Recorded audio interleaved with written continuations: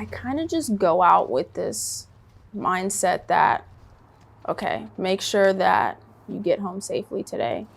Make sure that you do everything you can to de-escalate a situation. If you're talking to somebody and they're getting agitated or they're yelling at you, maybe it's time for your partner to step in. Maybe they don't like you personally, they don't like the uniform, they don't like that you're a woman, something like that. Make sure that I treat everybody like I would want somebody to treat my mom or my brothers or sisters.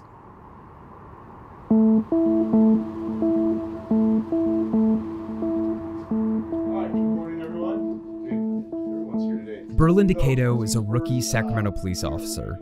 She's been on the job for about 4 months.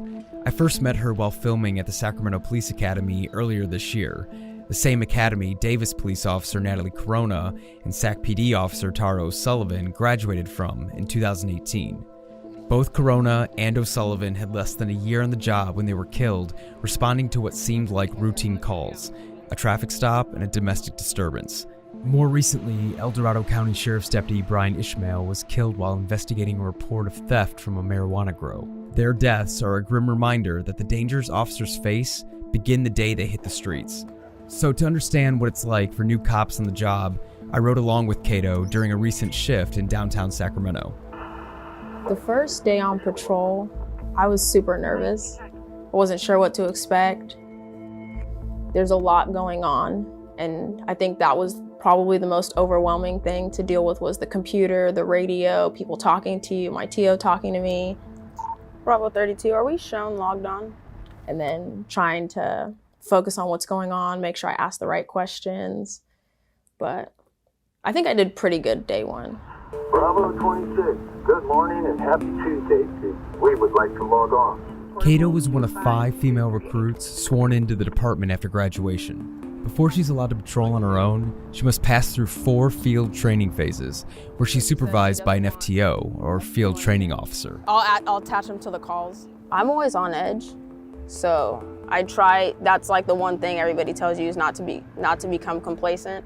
But I haven't had much experience, so every call I go to, I'm like, okay, if this turns into a shooting, where am I gonna go? If this turns into this, what am I gonna do? In training, Cato and her fellow recruits were put through intense situations to prepare them for the worst-case scenarios, but it's often these seemingly basic calls for service that can quickly turn violent. Many law enforcement experts agree that traffic stops and domestic violence, 2 of the most common types of calls, are among the most dangerous situations police officers will face in their careers. They're the calls that ended the lives of Officer O'Sullivan and Officer Corona. Essentially, you never know what you're walking into. When you go to calls, the person that's there has the advantage on you. They know where everything is. You're just showing up after the fact. So right now we're going to a welfare check on a transient woman who's sitting on the benches crying. She says that she wants to kill herself if she doesn't get her dog back. Last time I saw her, she was sitting over there, but coming to check up on her now, she might either be inside or she might have already just taken off. Okay, do you know what her name is? I think, yeah, her name was Denise. I didn't get a last name, but her name was Denise.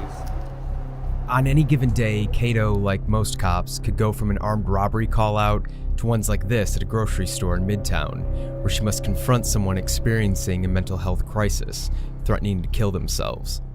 Whatever contact I make with people, I try and make it the most positive. Denise? Because a lot of times when you get to the call, you okay? That person may have had a bad experience previously with a different officer or with a different department. How are we gonna plan that? I'm gonna overdose. Okay, well, I don't want you to do that. So we're gonna see what we can do to help you, okay?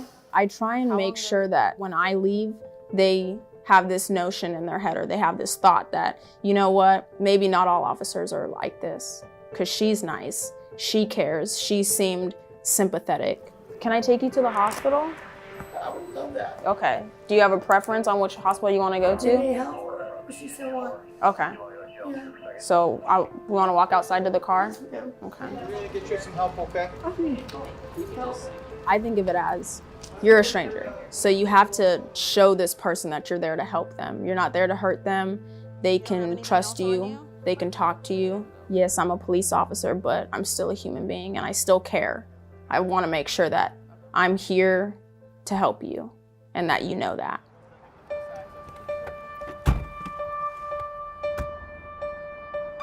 I just want to get through field training. I still have a couple months left, and then I still have about a year of probation. I'm still gonna make mistakes. You can talk to senior officers that have been on for 20 years and they still make mistakes. So I've come to terms with myself on that I can't be perfect.